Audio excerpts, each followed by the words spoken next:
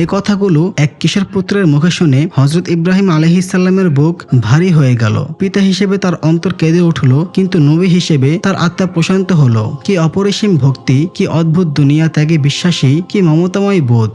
তিনি আলতো করে পুত্রের মাথায় হাত রেখে বললেন, হে ইসমাইল, আল্লাহ তোমার এই আত্মত্যাগ কবুল করুন। তুমি আমার চোখের শীতলতা, আমার ইমানের গর্ব। হযরত ইব্রাহিম আলাইহিস সালাম পূর্বেই তার আস্তানার নিচে একটি রশি ও একটি ছুরি গোপনে রেখে দিয়েছিলেন। তিনি জানতেন আদেশটি সহজ নয়, কিন্তু আল্লাহর সন্তুষ্টির পথে কোনো কিছু বড় নয়। তিনি সেই রশি বের করলেন এবং সন্তানের অনুরোধ মতো হযরত ইসমাইল আলাইহিস সালামের হাত ও পা ভালোভাবে বেঁধে নিলেন, যেন বিদায়ের মুহূর্তে কোনো অসাবধানতা কিংবা নড়াচড়া পিতার আদেশ পালনে বাধা না দেয়।